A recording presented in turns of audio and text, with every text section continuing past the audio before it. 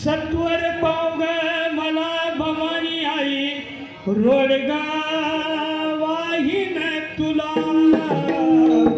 सत्वर पाव भवानी आई ग रोडगा वाहीन तुला सत्वर पाव भवानी आई ग रोडगा वाहीन तुला सत्वर पाव भवानी आई ग रोडगा वाहीन तुला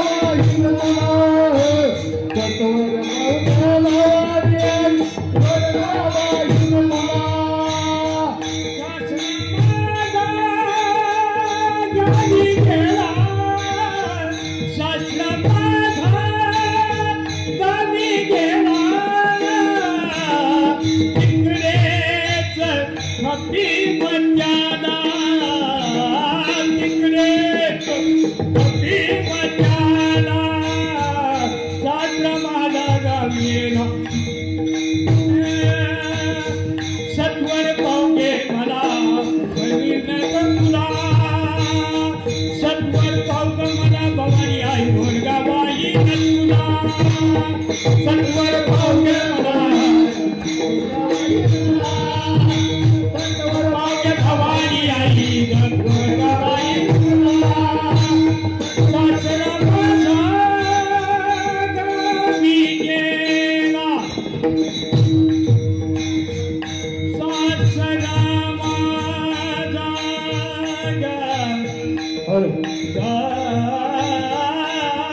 गावी गेला सासरा माझा गावी गेला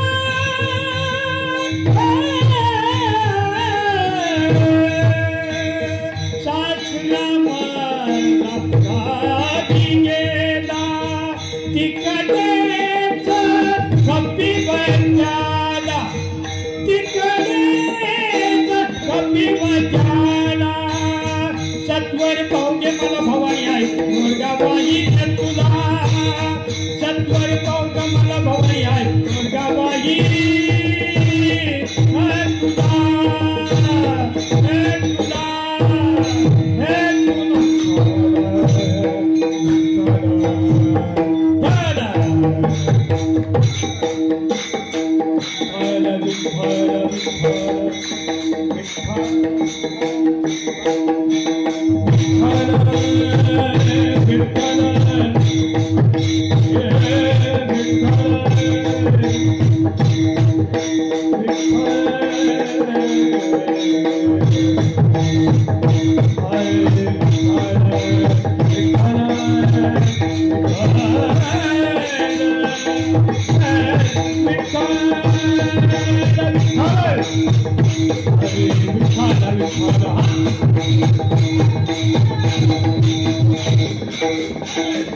माईक विठ्ठल म्हणा विठ्ठल म्हणा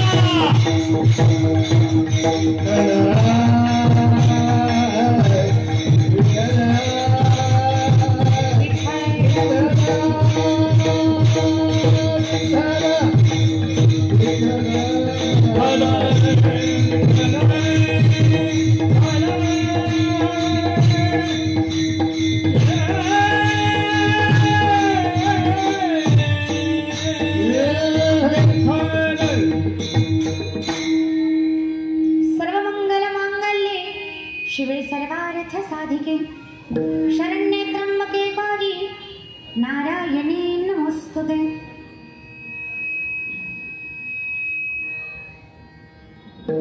कलावत्नी ज्योतिरार्थावतारं कलांकांकते ज्योति कामोदिवक्त्रं कलानेशवादा पुनदारः दक्षं समाधिस्तमूर्तिं भज ज्ञानदेव। किंचित असू द्या मॉनिटरला आवाज किंचित।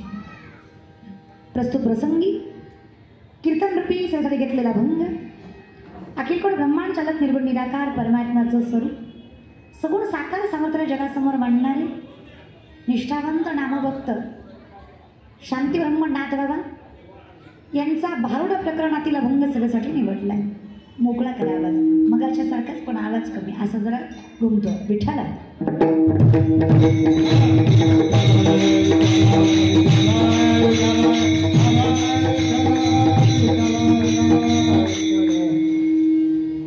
अखंडितपणे विटीवरच्या मालकाचा अधिकार मिळवायचा असेल तर माणूस अभिवृद्ध करण्यासाठी वृद्धिंगता मिळवण्यासाठी माणसाला काही गोष्टीचा त्याग करावा लागतो। आता आमच्या संसारिक भाषेमध्ये त्यागालाच तपश्चर्या किंवा योगयागाचं महत्त्व दिलं आहे, कारण आम्ही संसारिक माणसं फार योगयाग करू शकत नाही आहेत। आम्हाला फार समाधी वगैरे लावता नाही येणार आहे, कारण आम्हाला कर्म करायचं आहे, उदरनिर्वाह करायचा आहे, लेकरं सांभाळायची आहेत, संसार सांभाळायचा आहे। मग हे सगळं करत असताना जर विटेवरच्या मालकाचा अधिकार मिळवायचा असेल तर काय करावं? कधी कधी काय होतं, डायरेक्ट मुख्यमंत्र्यापर्यंत हात पोचत नाही, तेवढी पात्रता नसते आपली किंवा ओळख नसते आपली। माणूस काय करतो, पहिल्यांदा उपमुख्यमंत्र्याकडे जातो, मग तिथून मुख्यमंत्र्याकडे जातो। अगदीच तसं आहे। आता माणसं सगळी सारखीच आहे, माणसात काही भेद नाही आहे, फक्त अधिकारात भेद आहे.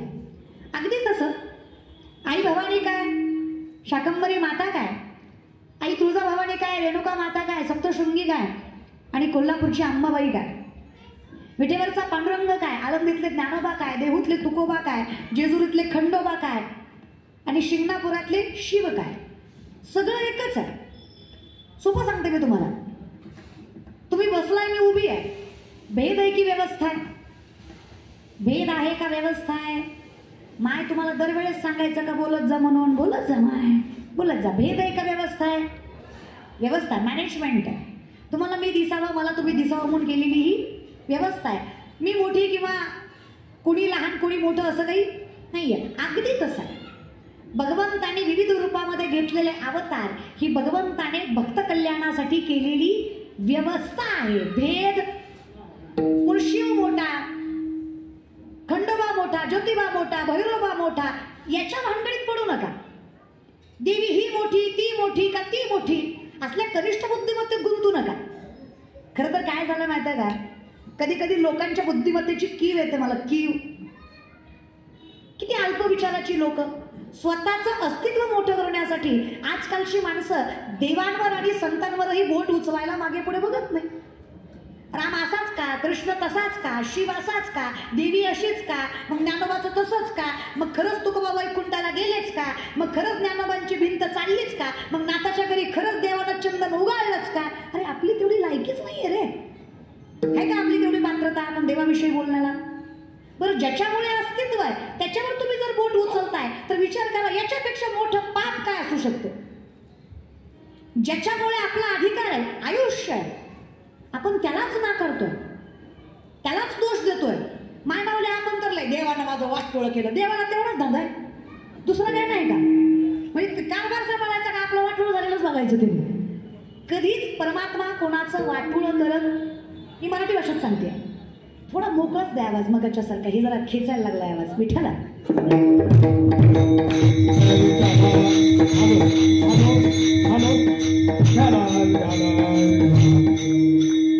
परमात्म्याने कोणाचं तरी कनिष्ठता सोचावी एवढा देव अल्पिक बुद्धीचा नाही आहे.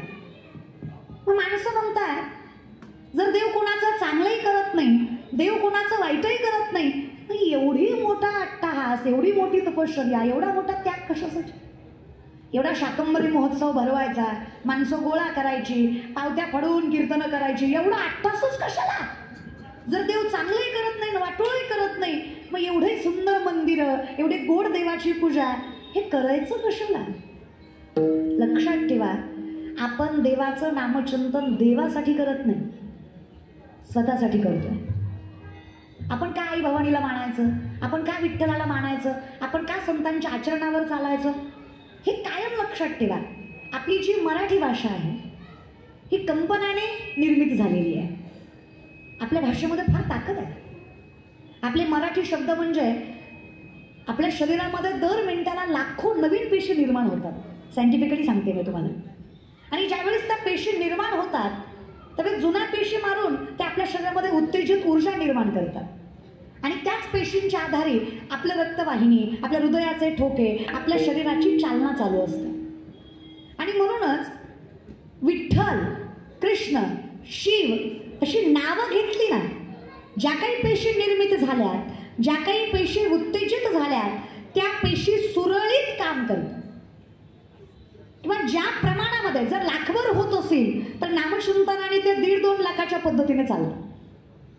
पुन्हा एकदा लक्षात घ्या, प्रत्येक शब्दांमध्ये एक प्रकार असतो. आपण मराठी व्याकरण कधी शिकला असाल तर कंठस्थ, दंतस्य, ओठस्य असे शब्दांचे प्रकार आहेत. ओठाला ओठ चिकटलं की ओठस्य, दात चिटकलं की दंतस्य, विठ्ठल कंठस्य, कंठातून निघतोय तो.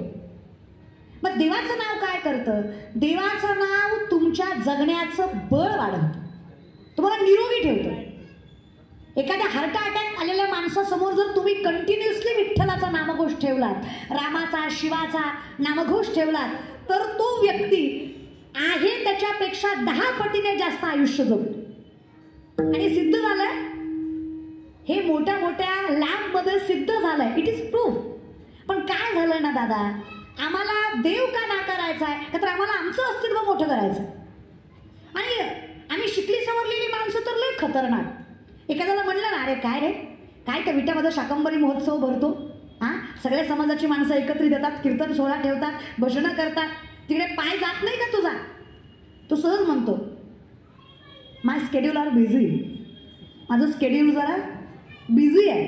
आणि तू स्केड्यूल बिझी आहे असं नाही, तुझं पाप आहे, तुझं पुण्य नाही आहे तेवढं की तू देवाच्या दारात जाशील. आजकालच्या शिकल्या सवरलेल्या मुलं मुलींना विचारलं ना, का रे बाबा हायली एज्युकेटेड आहात, स्टँडर्ड मेंटेन करता, हाय क्लास लाईफस्टाईल आहे, श्रीमंत आहात, पण कधी भजनात दिसला नाही. आजकालची लेकरं सांगतात I don't believe in God. Okay, no issue. तुम्ही देवाला मानत नाही यात काही वावगं नाही, तो प्रारब्धाचा भाग आहे. बहुत सुकृताची जोडी म्हणून विठ्ठली आवडी. देव आवडायला भाग्याला लागतं, ते कोणाच्याही बापाचं काम नाही. पुण्यही फार लागतं. घरातली रोजची देवपूजा व्हायला बाईलाही संस्कारित लागते. घरात रोज हरिपाठ व्हायला संस्कार फार प्रबळ लागतात घरात, हो की नाही? आणि फक्त पुढच्या पिढीला नावं ठेवायचं नसतं. आमचं फक्त पुढच्याला नावं ठेवण्यातच आयुष्य गेलं. आता ही म्हातारी माणसं पोरं वाया गेली, पोरं वाया गेली, पोरं वाया गेली. आपण का गेली? कधी विचार केलाय का याचा? कधी थिंकिंग केलंय का? का गेली? बिडी फुकू फुकू तुमची थोबाडा आत गेली म्हणून पोरं वाया गेली, उगाच थोडी गेली. बापाला व्यसन सुटत नाही, पोराकडनं काय अपेक्षा ठेवतात? ह्याला 6च्या पुढे घर दिसत नाही. हा, सोमवार गुरुवार सोडून दणकावून हाणतोय सगळं. ही कुठलं लॉजिक आहे? सोमवार गुरुवार खायचं नाही, बाकी दणकावून हाणायचं. मग तेवढं कशाला सोडायचं? तुम्हाला असं वाटतं का सोमवार गुरुवार देव बघत नाही? सोमवार गुरुवार बघतो बाकीचे डोळे झाकतो, तू खामी बघत नाही, तू खामी बघत नाही, असं करतो का देव? काय लॉजिक आहे पण हे असलं? मग करूच नको ना.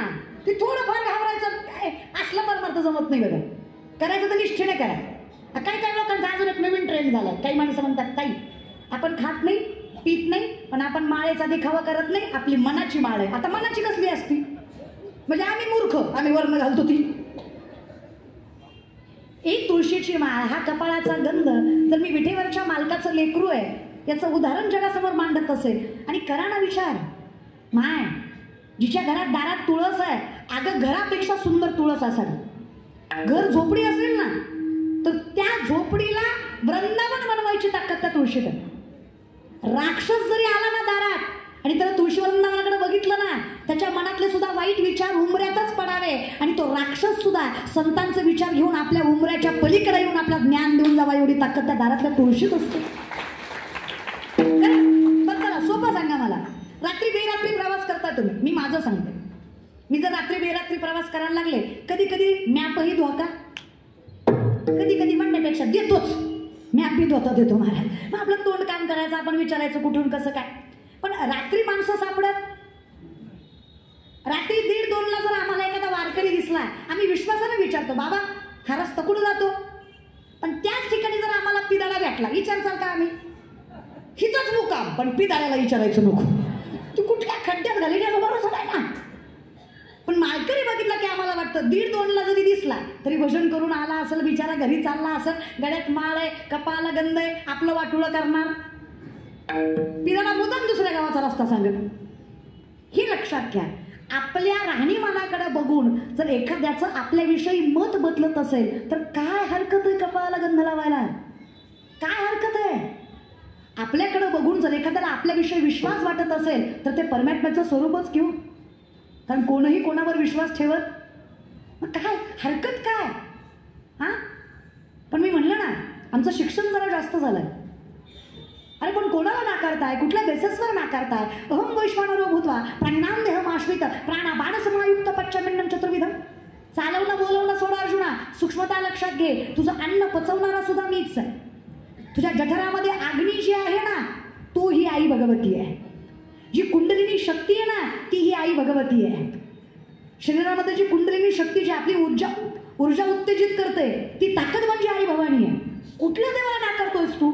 मी शिव, मी राम, मी कृष्ण, अरे मी विठ्ठल, मी आई भवानी, मी आई जगदंबा, मी आई शाकंभरी. कुठला? अरे तूच मी आहे, मीच तू आहे. तू नाकारतो स्वतःला कसा? मी जिवंत आहे याचं मूर्तिमंत उदाहरण आहे की देव आहे, तर मी जिवंतच त्याच्यामुळे. हे आयुष्य जातं हे कळायला. बरं कळत नाही असं नाही, सगळं कळतं. कळत कसं नाही? माणसं म्हणतात पिल्यावर कळत नाही. कसं कळत नाही? सगळं कळतंय.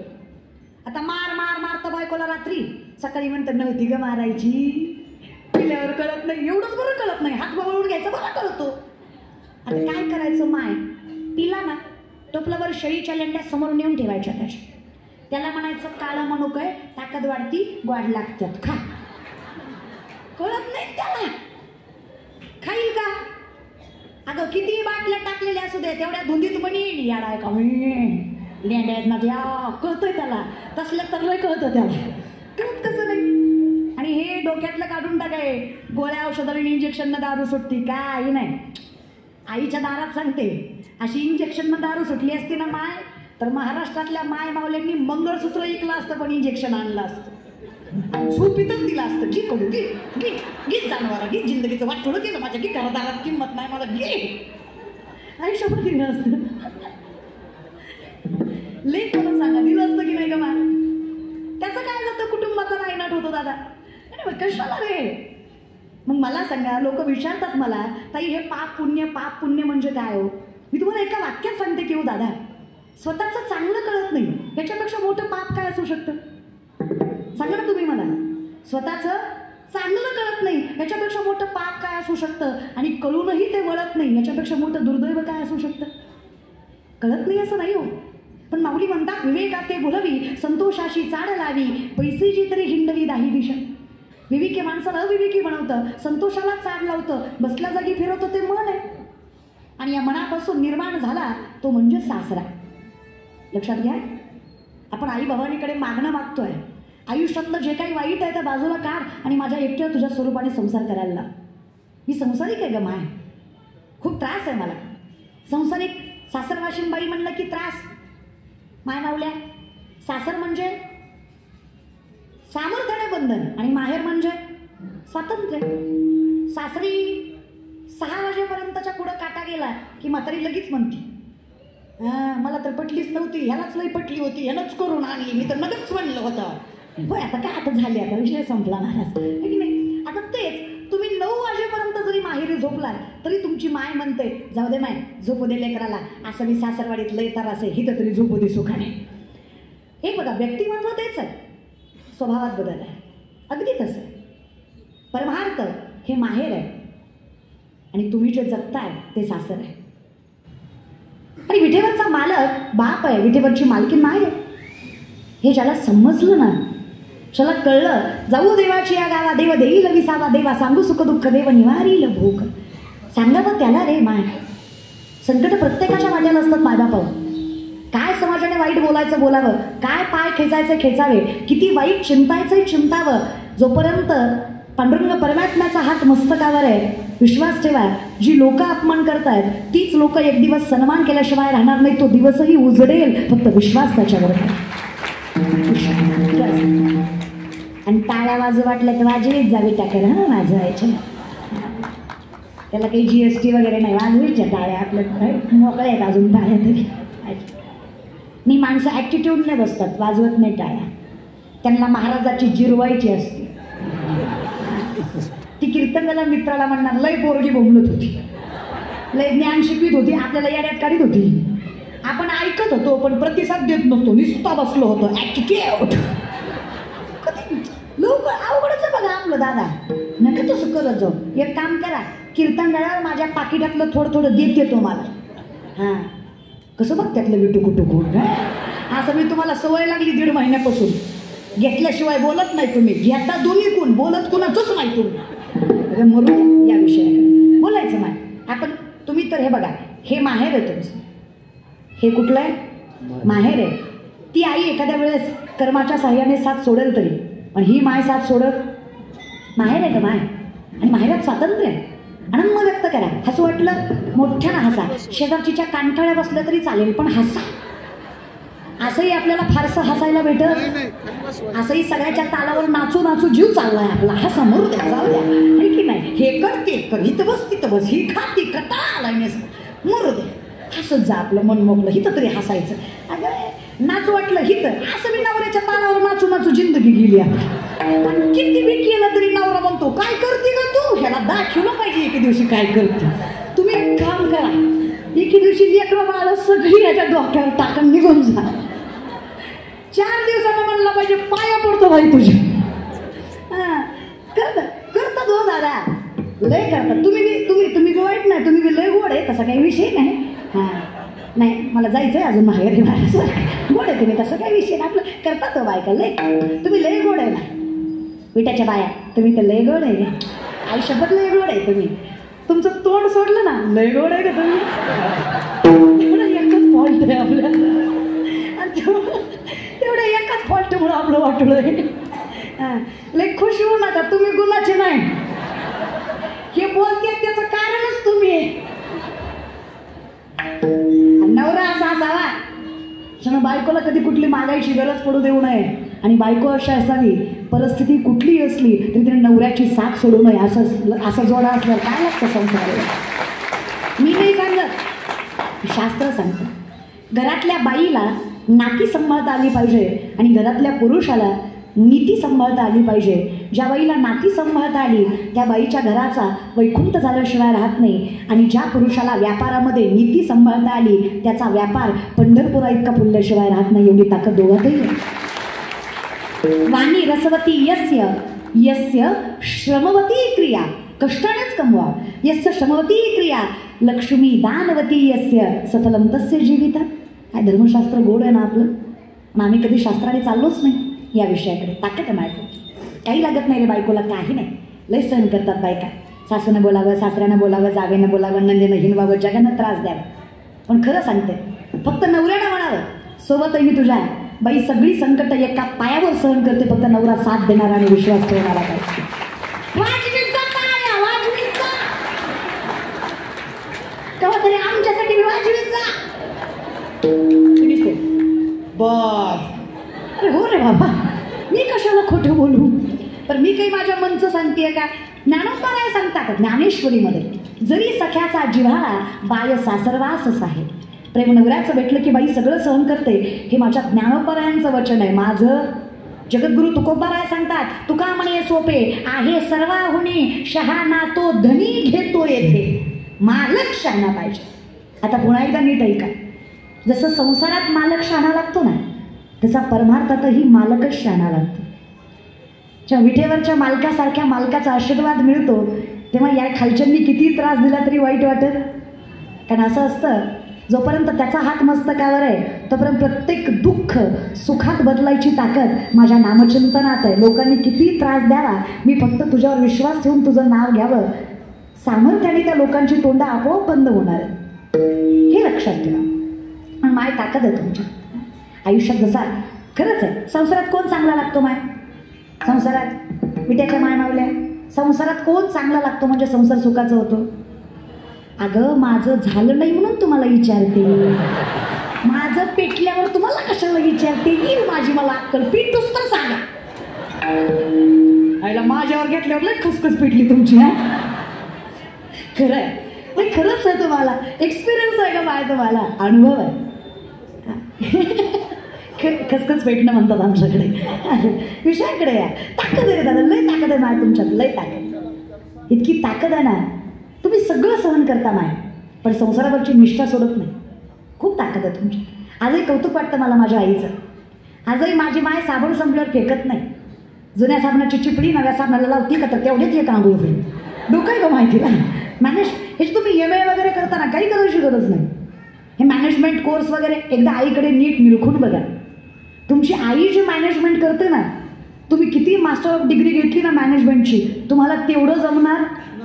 तुम्ही बघा एकदा आई वडिलांकडे कसे कष्ट करतायत ते. सामर्थ्यवंत ते आपले मायबाप. आपल्या आईसारखं दुसरं ठिकाणच नाही आहे. सगळ्यांनी त्रास द्यावा रे, सगळ्यांनी. तरी माय म्हणते काळजी करू नको, तू कुणाचं वाटोळं केलं, तुझं वाटोळं व्हायला. आयुष्यातली एकमेव जागा आहे. सगळ्यांनी नाकारलं, तुम्ही कितीही चुकलात, तुम्ही कितीही वाईट वागलात, तिच्याशी जरी वाईट वागलात, तिला जरी त्रास दिला तरी ती बदला घेत नाही. ज्यावेळेस तुम्ही तिच्याकडे प्रेमाने जाता ती आशीर्वाद दिल्याशिवाय राहत नाही. ती काही जगदंबेपेक्षा कमी नसते. आणि सोपंच आहे की विटाकर. ज्याला घरातला बाप कळला नाही त्याला पंढरीचा बाप कळत असतो का? आणि ज्याला घरातली माय कळली नाही त्याला पंढरीची माय कळत असते का? ही शाकंभरी माता समजून घ्यायला आधी घरातली माहिती कळली पाहिजे. इथं येऊन ओटी भरायची आणि तिथं जाऊन शिव्या द्यायच्या, हा परमार्थ कधी कारणी लागणार सांगा ना मला. म्हणून विनंती आहे, हा जो सासरवास मला होतोय ना, हा माझ्या कर्मामुळे होतोय देवा. खूप चुकते. काय चुकतंय माझं? दंभ नावाचा सासरा सांभाळते. कुठला सासरा? दंभ. दंभ म्हणजे असत्य. असत्य इमॅजिनेशन, कल्पना. आयुष्य याच्यावरच चाललं बरं का, कल्पनेवरच. कल्पना. चाणक्य 5000 वर्षापूर्वी सांगतात, फार तर आपलं आयुष्य फार कमी आहे. कलियुगाचा काळ फार कमी आहे. 4,32,000 वर्षांचा काळ आहे कलियुगाचा. त्यातले 5,000 ऑलरेडी निघून गेलेत. 4,27,000 वर्ष कलियुगाचे राहिले.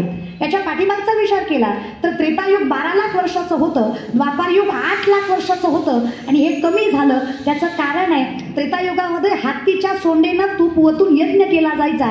द्वापारयुगामध्ये प्रत्येक माणूस सुसंस्कृत, सनातनी आणि धर्म सांभाळणारा होता, मायबापाची चिंता करणारा होता. आता 70% समाज वाया गेला. 70%. खाणं पिणं तर मरूच द्या, पण नीट वागणं सुद्धा कसं राहणार आहे बरं? त्रेतायुगामध्ये माणसाचं 10,000 वर्ष आयुष्य होतं. द्वापार युगामध्ये 1,000 वर्ष. कलियुगाचा काळ किती आहे? 100 आहे. टिकतोय का आपण तेवढं? कर्म नेतंय आपल्याला अगोदरच. वागतोयच आपण तेवढे विचित्र. करा ना विचार, कसलं देवदेव आहे आपलं? 10 दिवस गणपती, बुडवताना बाबूराव, हा परमार्थ. नवरात्राचे उपवास, दसऱ्या दिवशी बोकड, देवी कुपती, तुला पोत्यात घालून आणला पाहिजे का? तू माणूस आहे का? हे कोण शिकवतंय तुम्हाला? असलं मला काही कळतच नाही. देवाला घाबरायचं कधीच नाही. नाहीच घाबरायचं, खरंच आहे त्याचं, नाहीच घाबरायचं. परमात्म्याला कधीच घाबरायचं नाही. मायबाप आहे तो आपला. आमच्यासाठी विठ्ठल माय आहे. आम्ही आईला घाबरतो का? एखाद्या वेळेस बापाला नाही सांगता आलं तरी आईला, आई मोकळी जागा असतं ना, आई सहन करते. चुकलं तरी आमच्यासाठी तू आहेस ग आई, तुला कसं घाबरावं आम्ही? महिषासुराचं मर्दन करताना त्रिशूलाचा भार फेकावा, त्रिशूल हृदयाला लागायच्या आधी महिषासुराच्या राक्षसाच्या मुखातनं आई असा शब्द निघावा. आई भवानीला कृपा यावी, दया यावी. तिनं विचारावं, बाळा अरे आई म्हणलास, तुला पदरात घ्यायचं काम आहे माझं, तुझं अधर्म आहे, तुझं अकर्म आहे, तुला कर्माचं फळ द्यावं लागणार, तुझं मरण तर मी टाळू शकत नाही, पण त्याच्या पलीकडे काय मागायचं असेल तर माग महिषासुरा. त्या महिषासुरानं त्या आई भवानीला मागितलं, अगं द्यायचंच असेल आई तर एवढंच दान पदरात दे, जोपर्यंत तुझं नाव घेतलं जाईल माझं नाव तुझ्या नावाच्या अगोदर लागू द्यायच्यापेक्षा मोठं दान काय असू शकतं? काय म्हणतो आपण? महिषासुरमर्दिनी सुरवर ईश्वर वरते तारक संजीवनी, त्रिभुवनी भुवनी पाहता तुझं ऐसे नाही, चारी शबले परंतु न बोलवे काही, साही विवाद पडता पडलो प्रवाही, ते तू भक्ता लागी पावसी लवलाही. लवकर पावतेस असा अवतार आहे तुझा. ती कोपेल शब्दांचा विचार करा ना गांभीर्याने. जी राक्षसावर कृपा करते ती लेकराला कोपेल. काय विचार करता हो बघ तुम्ही? हा, पुंडलिकाने माय बापाच्या कमरेत लाथ घातली, बाप दारात पडला. बाप आहे तो, राग आला त्याला. बाप आहे ना, राग आला त्याला. बापाच्या आधी आईच्या कमरेत लाथ घातली होती. त्या आईकडे बघून विचारलं बापानं, का ग रक्ताचं दूध करून पाजलंच याला? प्रत्येक मंदिराची पायरी याच्या सुखासाठी जिजवलीस, योग याग तपश्चर्या व्रतवैकल्य याच्या जन्मासाठी केलीस. हा पोटी जन्माला येऊन प्रत्येक देवाकडे मागणं मागितलंस, स्वतःच्या सुखाचा त्याग करून याचं सुख मागण्यासाठी देवासमोर पदर पसरवलास. एवढं करून तुझ्या पदरात काय पडलं? अगं ज्याच्यासाठी आयुष्य जिजवलं त्यानं कमरेत लाथ घालून दारात पाडलं. काय वाटतं तुला? प्रेम वाया नाही गेलं? तरी पुंडलिकाची माय म्हटली, जाऊ द्या ना, माझ्या पोटचा गोळा आहे तो. त्याने लाता मारल्या काय आणि प्रेम केलं काय? माझं आहे हे मी नाकारू शकत नाही. आज नाही उद्या कळेल त्याला. लहान होता मांडीवर तेव्हा लाता मारायचा, तेव्हा कुठं मी त्याला फेकून दिलं का? आता मोठा झाला म्हणून मारल्या म्हणून काही फेकून देणार आहे का? त्याने कितीही नाकारावं मला, त्यानं कितीही धुतकारावं मला, त्यानं कितीही त्रास द्यावा, अपशब्द बोलावे, पण माय तिलाच म्हणावं जिनं प्रेम न करता सुद्धा आशीर्वादच द्यावा इतकं मोठं म्हणजेच आहे. तिला आई म्हणायचं तरी लाभावी ना. करा ना विचार. जन्मदाती माय जर एवढी कृपा करत असेल तर जगत जननी किती कृपा करत असेल. जन्म देणारी माय जर एवढी मायाळू असेल तर या विश्वाला तारणारी माय किती मायाळू असेल, ती कशी सांभाळत असेल, ती कशी तारत असेल. मग आम्ही म्हणतो देवाला, देवा आम्हाला जर कधी वाटलं ना तर आम्ही तुला सुद्धा मायाच म्हणतो बरं, बाप नाही. कारण आईचं नातं जरा आम्हाला जवळचं वाटतं. म्हणून आम्ही विठ्ठलाला सुद्धा एवढंच म्हणतो, एक एक विठाबाई, एक एक विठाबाई, एक एक विठाबाई, एक एक विठाबाई, एक एक विठाबाई, एक एक विठाबाई, एक एक विठाबाई, एक एक विठाबाई. माझे पंढरीचे आई, माझे पंढरीचे आई, माझे पंढरीचे आई, माझे पंढरीचे आई. भीमानी चंद्रभागा, भीमानी चंद्रभागा, भीमानी चंद्रभागा, तुझ्या चरणीच्या गंगा माझे पंढरीचे आई, माझे पंढरीचे आई. भीमानी चंद्रभागा, भीमानी चंद्रभागा, भीमानी चंद्रभागा, भीमानी चंद्रभागा. भीमानी चंद्रभागा, तुझ्या चरणीच्या गंगा. जनाईंचं वर्णन आहे माझ्या. जनाबाई म्हणतात माझ्यासाठी गबाई जाते ग माहेराला, माझ्या मूळच्या कराला, माझ्या मूळच्या कराला गबाई जाते ग माहेराला, गबाई जाते ग माहेराला. आणि आमचं माहेर एकच आहे, मृत्यूलोकी एक नगर, त्याचे नाव पंढरपूर. तेथील मोकाशी उभासी विठीभर, तुम्ही संत माय बाप एवढा उपकार करा, न्यामज तीतवरी दाखवा दिनाचा सोयरा. सासरवाशी नाही, घर सुटत नाही आम्हाला, गरजही नाही सोडायची. पुरुषांना परमार्थ करावा लागतो तेव्हा देव भेटतो. आपण संसार जरी गोड केला ना तरी आपल्याला देव काही लागत नाही आपल्याला. तुकोबांना विठ्ठल भेटला यात काय नवलय. आवलीला सुद्धा तुकोबांना 2 पत्नी, रखमा आणि जिजा. जिजालाच आवली म्हणतो आपण. लय हौसनं ऐकू नका, त्यांनी काय हौसनं केल्या नाही त्या. आपलं एक लई चित्र काम आहे, काय सांगाय गेलं की बोलतच घेतो आपण. त्यांनी 2 केल्या मग मला काय होतंय, तू एकच सांभाळ. त्यांनी मला नवल वाटतं लोकांच्या बुद्धिमत्तेचं, काही बोलतात लोक. पुन्हा संतांची ना आपली बराबरी होणारही नाही. हे जे आपण आजकाल शिकतो ना, हे BHMS, MBBS, PhD, agriculture, MPC, UPC, graduation, संतांसाठी तीळ मात्र आहे. तीळ लक्षात घ्या. ह्या विश्वात असा एकही विषय नाही ज्याचं वर्णन ज्ञानेश्वरी आणि गाथ्यात नाही. प्रत्येक विषयाचं वर्णन ज्ञानेश्वरी आणि गाथ्यामध्ये. व्यावहारिक, संसारिक, औद्योगिक, व्यापारिक, कुठलंही घ्या तुम्ही. अरे या बल्बचा शोध 100-125 वर्षापूर्वी कुठल्या तरी पाश्चिमात्य सायंटिस्टने लावला. अख्ख्या जगाला त्याचं नाव माहीत आहे. 750 वर्षापूर्वीचा काळ आहे.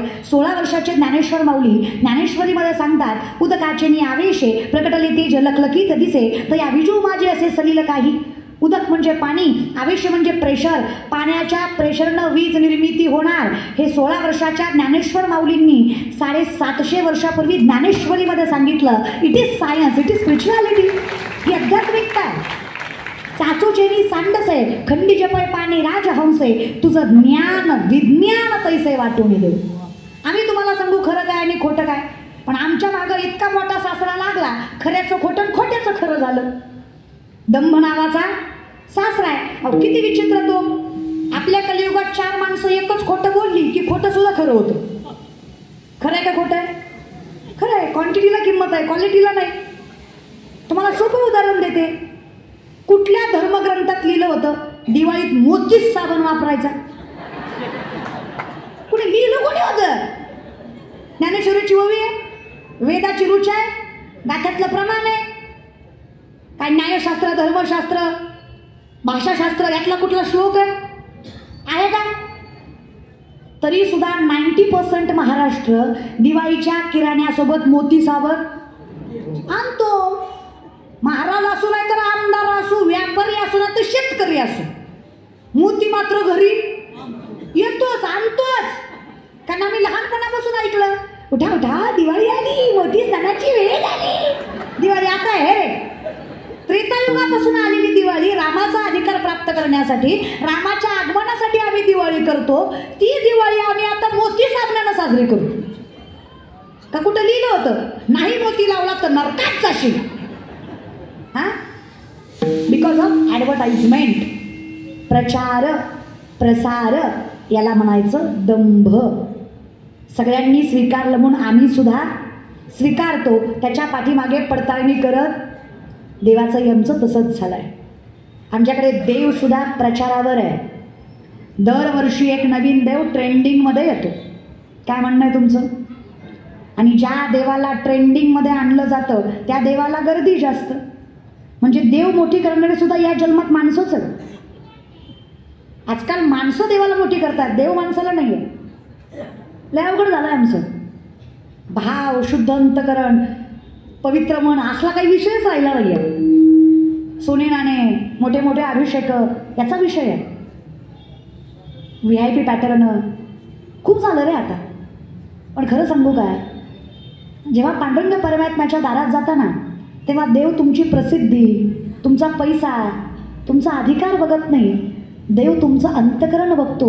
आणि ज्याचा भाव शुद्ध आहे त्याला बसल्या जागी सुद्धा देव मिळतो. फक्त शुद्ध भाव पाहिजे. देवळात तरी जायची गरज नाही आहे त्याला. काहीच बैसोनी करा, आवडी आनंद. आणि जो दिखाव्यासाठी करतो ना, काही फायदा काही नाही. बरं फायदा समाज मान्य करेल, देव मान्य करत या विषयाकडे ताकद आहे माय आपलं. 2 पत्नी तुकोबाला, रखमा आणि जिजा. रखमा दुष्काळात अन्न करून गेल्या. रखमाला बाळ होत नव्हतं म्हणून आईबापाने हट्टाखातर दुसरी करायला लावली. पण देवाचं गणित इतकं बेकार माय मावल्या, दुसरी बायको केल्यावर दुसरीच्या आधी पहिलं लेकरू झालं. देव गेलाय खतरनाक. देव तरी काय कमी परीक्षा बघतो? ते असं काम असतं. देवाची नसतील मजा बघायची. देव आहे तो. हां, मग असं 2 बायका. रखमा दुष्काळात गेल्या, राहिल्या त्या जिजा. आवली तुकोबाराय गरीब नव्हते पण तुकोबारायांनी सगळं दिलं. त्याच्यामुळे तुकोबारायांकडं काही राहिलं. लक्षात ठेवा, संतांनी असताना दिलं यात तर काही नवलच नाही. संतांनी नसताना सुद्धा. आम्ही संतांना माय का म्हणतो माहीत आहे? कारण संत प्रेम करताना स्वार्थ ठेवत, देताना उपकार मानत. तुकोबारायांच्या दारात 22-23 वर्षाची तरुणी बाई आहे. डोळे पाणावलेले होते, अवस्था बिकट होती. कष्ट करणारी बाई असावी. तुकोबांनी विचारलं, माय काय हवं ग तुला? काय काम आहे माझ्या दारात? जेवढं जमेल तेवढं करता येईल तुझ्यासाठी. काय कशा कुठल्या इच्छेने माझ्या दारात आली आहेस? ती 22-23 वर्षाची बाई म्हणाली, मुलगीच पण लग्न झालेलं होतं म्हणून स्त्री म्हणू. तिनं म्हणावं, तुकोबा सगळ्यांनी नाकारलं म्हणून तुमच्या दारात आले. लहानपणीचं लग्न झालं आणि लग्न झाल्यावर 2 ते 3 वर्षातच नवरा गेला. नवरा गेल्याचा सगळा कलंक सासरच्या मंडळीने माझ्या मस्तकी मारला.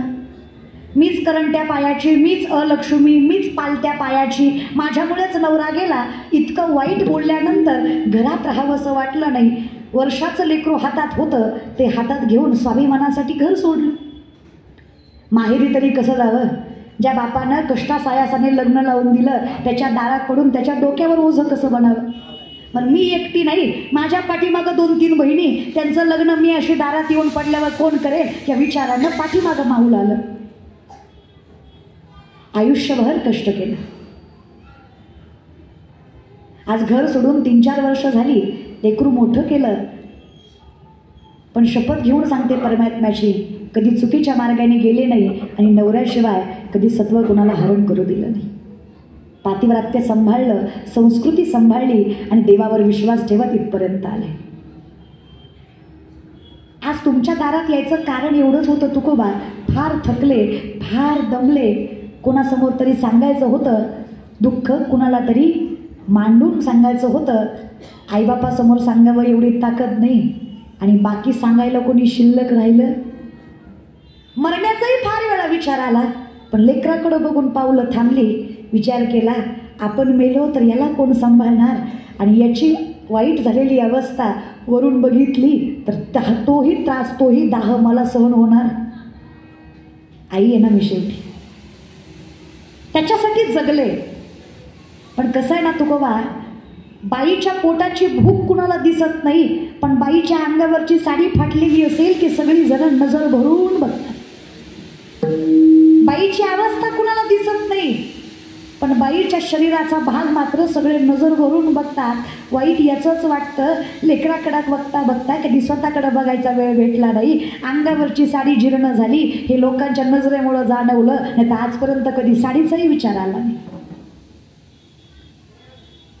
आई म्हणून मागते, असेल घरात एखादी साडी तर द्या ह्या बहिणीच्या पदरात, कमीत कमी पोटाची नाही पण लोकांच्या वासनेची भूक तरी भागवायसाठी मला अंगावर साडी नेसावी लागेल, नाहीतर माझ्याकडे बघणाऱ्या या घोड्यांच्या नजरा अशाच चालू राहतील आणि माझं मन विचलित होऊन माझ्या लेकरासाठी मला कष्ट करता येणार. विनंती आहे माझी. त्यावेळेस तुकोबारायांनी सगळं काही देऊला दिलं होतं आणि तुकोबारायांची स्वतःची पत्नी आवली एका लुगड्यावर संसार करत होती. किती लुगड्यावर? त्यांच्या स्वतःच्या बायकोला एकच लुगडं होतं. ते लुगडं त्या बायकोनं कणगीवर वाळू घातलं होतं आणि कणगीच्या आळोशाला आंघोळ करत होते आवली माता. तुकोबानं तेच लुगडं ओढलं आणि तिच्या पदरात टाकलं. पण नवऱ्याला माहीत नसेल का आपली बायको एकाच लुगड्यावर संसार करेल? असणारच.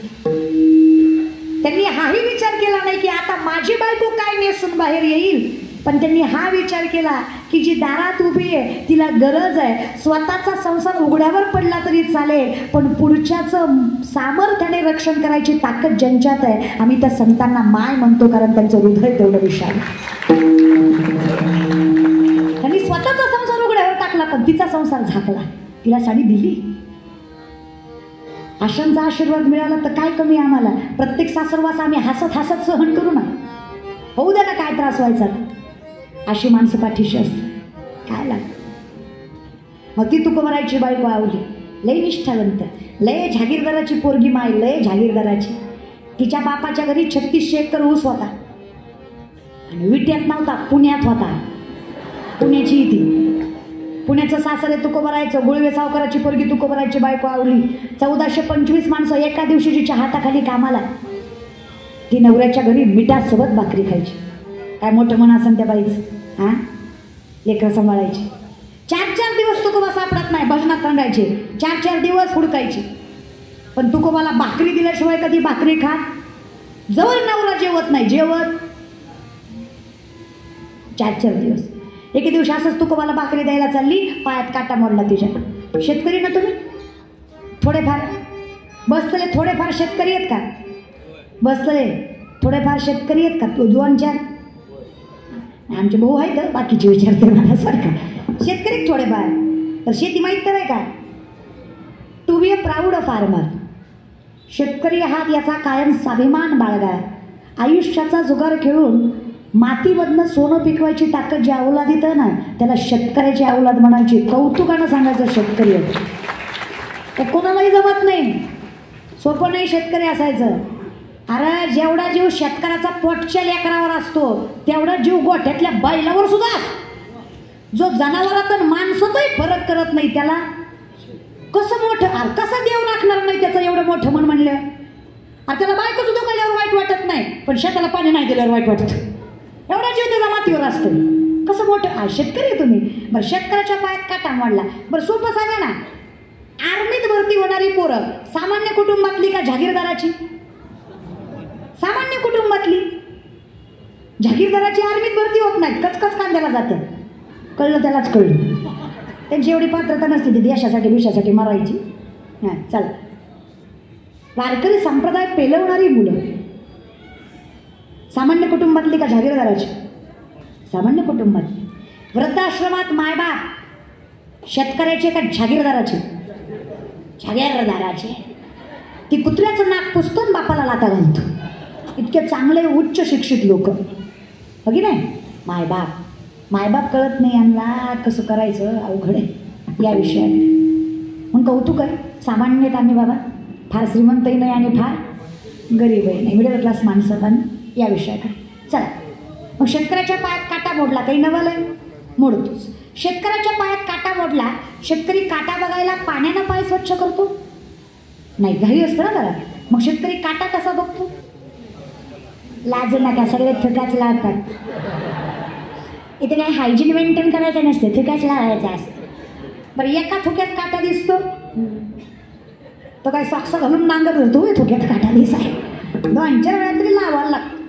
आता काटा मोडला आवलीला, जिजाला. जिजा आणि आवली एकच, त्यांचं नाव जिजाई पण त्यांना आवली म्हणायच्या, तो पण नाव. त्यांच्या पायात काटा मोडला, त्रास विठेवरच्या मालकाला झाला. त्रैलोक्याचा नाथ, जगाचा बाप, विश्वोत्पत्ती आली हे तवे, तो विठेवरचा मालक, ज्याचं दर्शन मिळावं, ज्याचा आशीर्वाद मिळावा म्हणून ऋषी मुनी तपस्वी हजारो वर्ष झाडाला उलट टांगून तपश्चर्या करतात. जिवंतपणी ज्यांचं हाडमांस प्राणी पक्षी खातात, एवढी तपश्चर्या करूनही त्यांना देव मिळत. असा अशक्य असणारा परमात्मा हिच्या पाठीमागं धावतो. थांबा म्हणे जिजा, काटा रुतला तुम्हाला.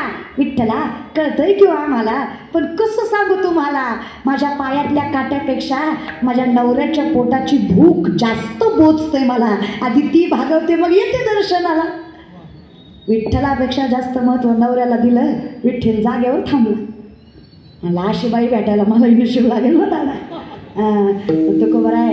तुकोबरायांकडे गेल्या, आवली माता भाकरी दिली, तुकोबाला आले मागाने. विठ्ठल जागेवर आहे, सगळ्या विश्वाचा कारभार सोडून हिची वाट बघतो. विठ्ठलाने म्हटलं, आल्या का, बघू द्या काटा.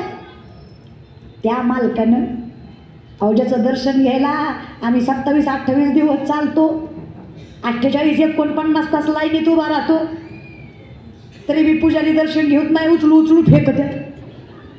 एवढी फजिती आमच्यासारख्याची. त्या विठेवरच्या मालकानं तिचा पाय स्वतःच्या हातात घेतला. काय भाग्य असेल त्या मायमाऊलीच. स्वतःचा थुका लावून काटा दिसतो का पाहिला, त्याला एका थुक्यात दिसला नसावा, त्यानं विद्वांचार्याला लावला. सरपंचाला नाही, पण सरपंचिनीला लय राग आला. पंढरपूरचा सरपंच कोण? विठ्ठल. मग सरपंचीन कोण? जिला देव ऐकत नाही ना, तेव्हा आम्ही रखमाईला सांगतो, राही रखमाबाई तुम्हा ये पोत्यात या, राही रखमाबाई तुम्हा ये पोत्यात या तया, सेदे हलवूनी जागे करा देवराया, सेदे हलवूनी जागे करा देवराया, सेदे हलवूनी जागे करा देवराया, सेदे हलवूनी जागे करा देवराया, सेदे हलवूनी जागे करा देवराया. राही रखमाबाई, आवाज राही रखमाबाई, राही रखमाबाई तुम्हारी बुद्ध्यात जातया,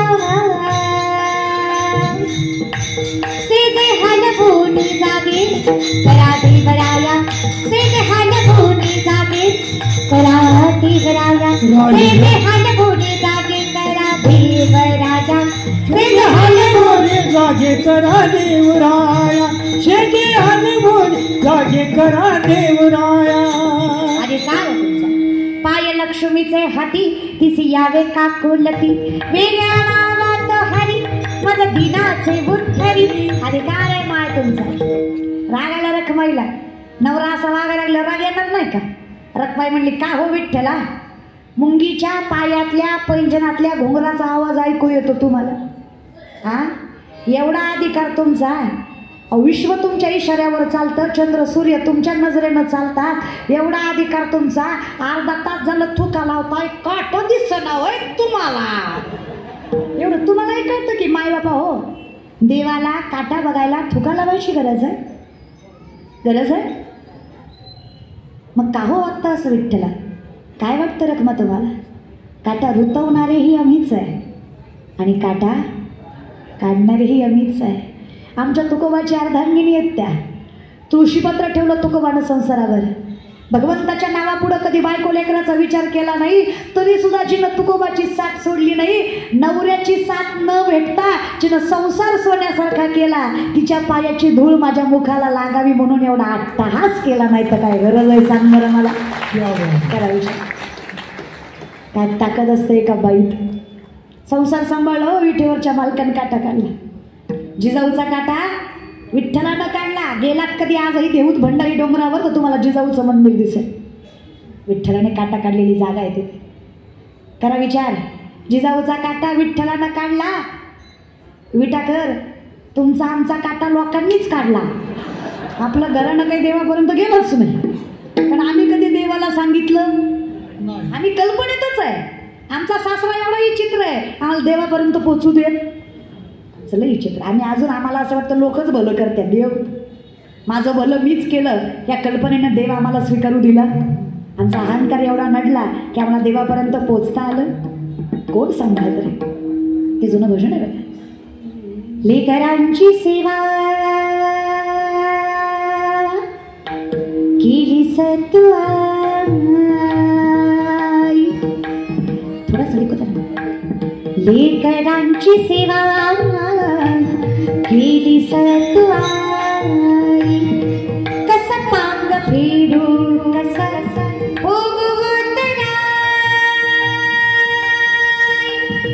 तुझ्या उपकारा जगी तोड नाही. उवालीन जीव माझा सावळे विठाई विठ्ठला. माय बापा जन्मभरी सेवा तुझ्या पाऊलांची. जन्मभरी सेवा तुझ्या पाऊलांची. माऊलीत मूर्ती विठ्ठलाची. माऊलीत मूर्ती. किती करतोस रे देवा? फिरत्याचा काळ वरती देशी. फिरत्याचा काळ वरती देशी. मातीला काढ विठ्ठला तू वेडा कुंभा. विठ्ठला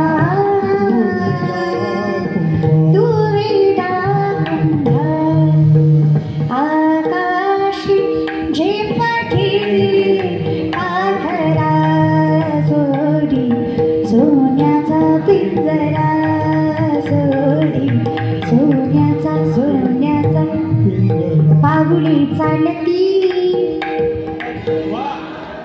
पाऊली चालती. कमी करा. अरे बोल. पाऊली चालती राहिलेल्या दोन चार. काही काही नुसत्या तोंड हलवतात. मला नाही कळायचं, तिला कळल की. येत असेल म्हणायला तर देवाच्या दारात म्हणायला लाजू नका. आणि तेवढं बी येत नसेल म्हणायला तर देवाच्या दारात जरा लाजा. कळलं? तिलाच कळलं. पाऊली चालती पाऊली चालती. दुखी संसाराची. हरी बोल. दुखी संसाराची पाऊली चालती. यमुनेच्या तीरी काल पाहिला हरी. काढावा जवितो बासरी.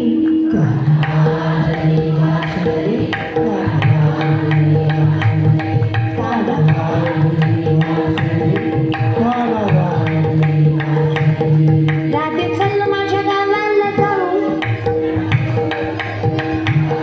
राधे चल माझ्या गावाला जाऊ. गोकुळ माझं गाव. अगं गोकुळ माझं गाव. राधे चल माझ्या गावाला जाऊ. राधे चल माझ्या गावाला जाऊ. तुम्हाला काय तोच होतो वै देव? तोच होतो बीच होतो टाळी.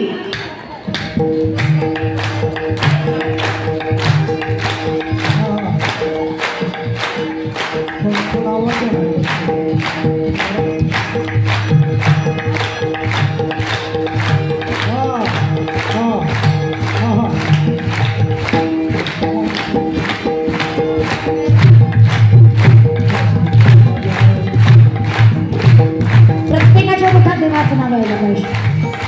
चंद्रभागेच्या तीरी थांबला हरी. तो पहा विठेवरी. विठ्ठल विठ्ठल जय विठ्ठल विठ्ठल. जय विठ्ठल विठ्ठल. जय विठ्ठल विठ्ठल. जय विठ्ठल विठ्ठल जय विठ्ठल विठ्ठल तारी तारी ये ओ विठ्ठले माझे माऊली ये ओ विठ्ठले माझे माऊली बोला